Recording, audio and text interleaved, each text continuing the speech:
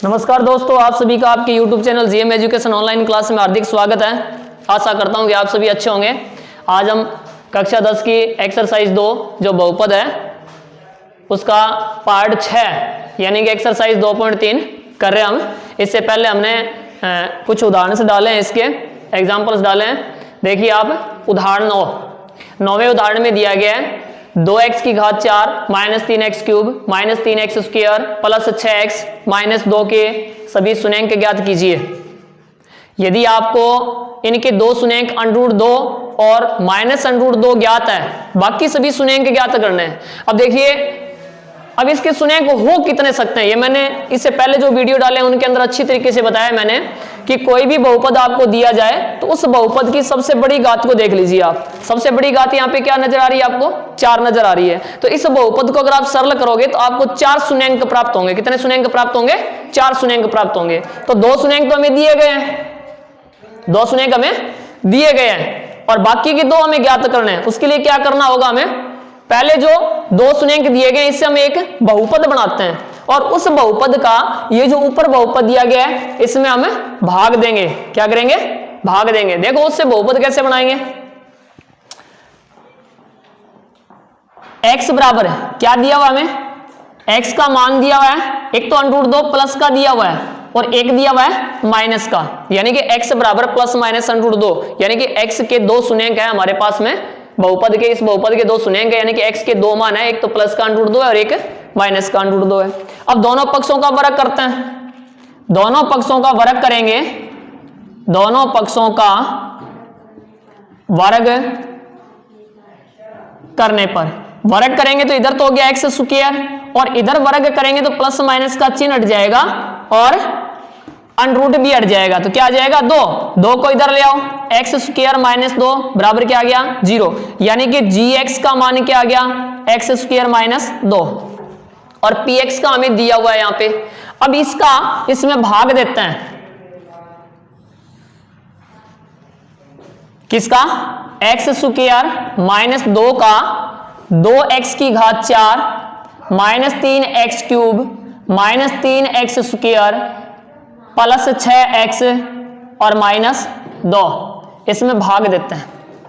भाग देने का जो तरीका है वो मैंने बहुत अच्छी प्रकार से इससे पहले वाले वीडियो के अंदर बताया, फिर भी मैं इसमें रिपीट कर रहा हूं। देखिए, जब भी आप बहुपद के अंदर बहुपद का भाग दे रहे हो तो अंदर जो बहुपद दिया गया उसका पहला पद आप चिन्ह सहित अलग उतार लीजिए और बटे के अंदर जो बाहर दिया गया है उसका पहला पद चिन्ह सहित लिख दीजिए।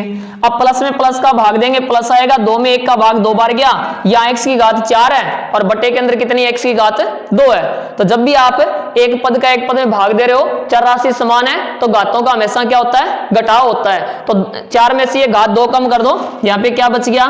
x स्क्वायर, यानी मान आ गया 2x स्क्वायर। ये 2x स्क्वायर यहाँ लिख दीजिए। अब इस 2x स्क्वायर का बाहर जो बहुपद दिया गया उसके साथ में गुणा करवाइए।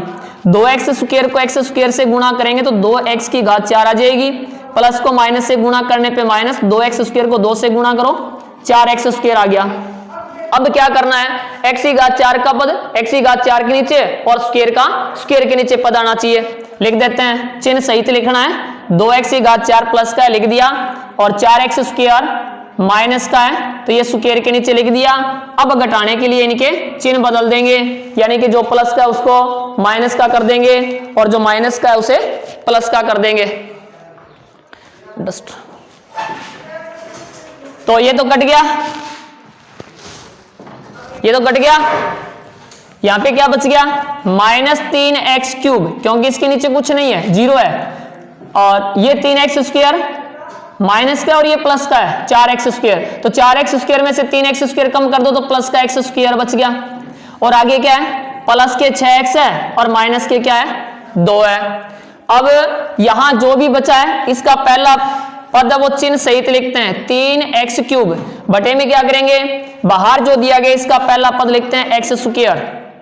तो 3x क्यूब, इसमें x स्क्वायर का भाग देंगे, माइनस में प्लस का भाग देंगे तो क्या आएगा? माइनस आएगा। क्या आएगा? माइनस आएगा। और 3 में 1 का भाग देंगे तो क्या आएगा? 3 आएगा। x की घात 3 में से 2 कम कर दो तो x की घात 1 बच गया, यानी माइनस 3x आ गया। अब क्या करेंगे? -3x का एक्स स्क्वायर माइनस 2 के साथ में गुणा करवाएंगे।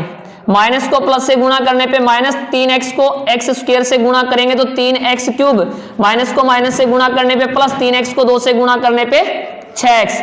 अब ये चिन्ह सहित हम यहां पे लिख देंगे माइनस 3x क्यूब और प्लस के 6x, यानी क्यूब का पद क्यूब के नीचे और स्क्वायर का स्क्वायर के नीचे और सीधे x का सीधे x के नीचे। ये लिखने का नियम होता है। तो x क्यूब का पद है वो हमने क्यूब के नीचे लिख दिया और सीधे x का पद यानी x की घात 1 का पद है वो x की घात 1 के नीचे ही लिखा है। अब इनके चिन्ह बदल देते हैं, चिन्ह बदल दिया तो ये तो कट गया क्योंकि 3x क्यूब में से 3x क्यूब घटाएंगे तो 0 आ गया।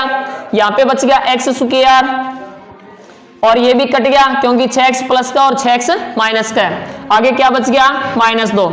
अब यहाँ जो भी बचा है उसका पहला पद चिन्ह सहित उतारते हैं और बटे में बाहर जो दिया गया इसका पहला पद चिन्ह सहित लिखते हैं। एक्स स्क्वायर से एक्स स्क्वायर कट गया, क्या आ गया 1, क्या आ गया 1 आ गया, क्या आ गया 1 आ गया। तो प्लस का 1 आया, प्लस 1 हम यहाँ पे लिख देते हैं।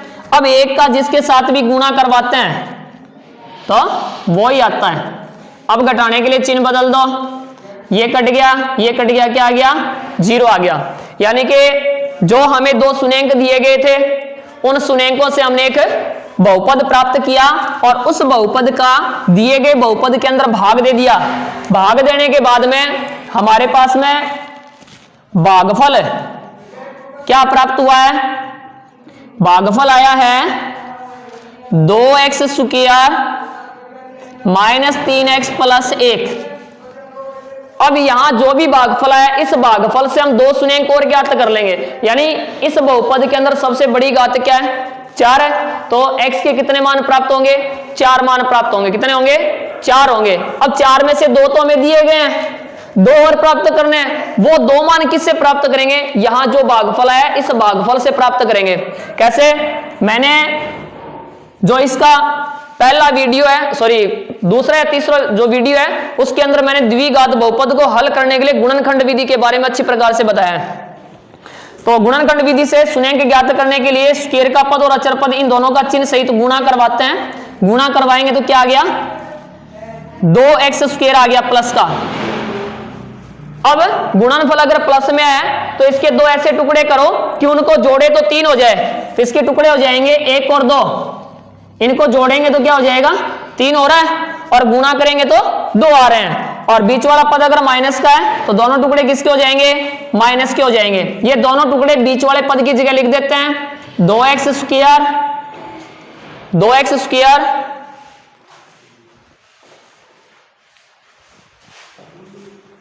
Minus x minus 2x plus 1। अब इन दोनों में से जो कॉमन आ रहा है वो कॉमन ले लें। इसमें से कॉमन आ रहा है x, यहां पे बच गया 2x माइनस 1 और इसमें से माइनस 1 कॉमन आएगा, बचेगा 2x माइनस 1। अब दोनों ब्रैकेट में से एक ब्रैकेट को लिख लेते हैं, बाकी जो बच गया उसको दूसरे ब्रैकेट में लिखते हैं।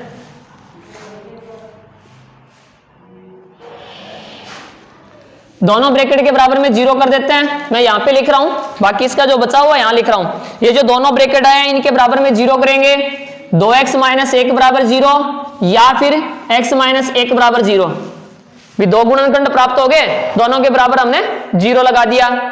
अब x का मान ज्ञात कर लेते हैं। 1 या माइनस में इधर जाते प्लस में होगा, 2 या गुणा में इधर जाते किस में होगा भाग में। x बराबर 1 या माइनस में इधर जाते किस में हो गया प्लस में हो गया, माइनस में उधर जाती प्लस में होगा। तो बहुपद जो हमें दिया गया है वो कौन सा है 2x की घात 4 minus 3x cube minus 3x square plus 6x minus 2 के सभी शून्यंक, के सभी शून्यंक। देखो 2 तो हमें दिए गए थे, एक तो √2 और एक माइनस √2। इसके अलावा 2 हमने प्राप्त कर लिया 1/2 और 1। ये शून्यंक इनके हो जाएंगे।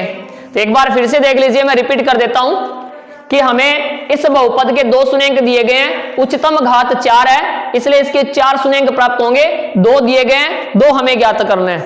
अब 2 शून्यंक ज्ञात करने के लिए ये जो 2 शून्यंक दिए गए हैं ये दोनों x के मान है, यानी कि x बराबर क्या है प्लस माइनस अंडर 2। दोनों पक्षों का वर्ग करके एक बहुपद प्राप्त कर लिया, एक्स स्क्वायर माइनस 2। अब एक्स स्क्वायर माइनस 2 का दिए गए बहुपद के अंदर भाग दे दिया, भाग देने पे भागफल जो प्राप्त हुआ हमें वो एक द्विघात बहुपद के रूप में प्राप्त हुआ है, और द्विघात बहुपद को गुणनखंड विधि के द्वारा इसके दो हमने शून्यंक ज्ञात कर लिए, और दो शून्यंक पहले दिए गए थे, 4 शून्यंक हो गए। तो इसको उतार लीजिए या फिर इसका स्क्रीनशॉट ले लीजिए आप।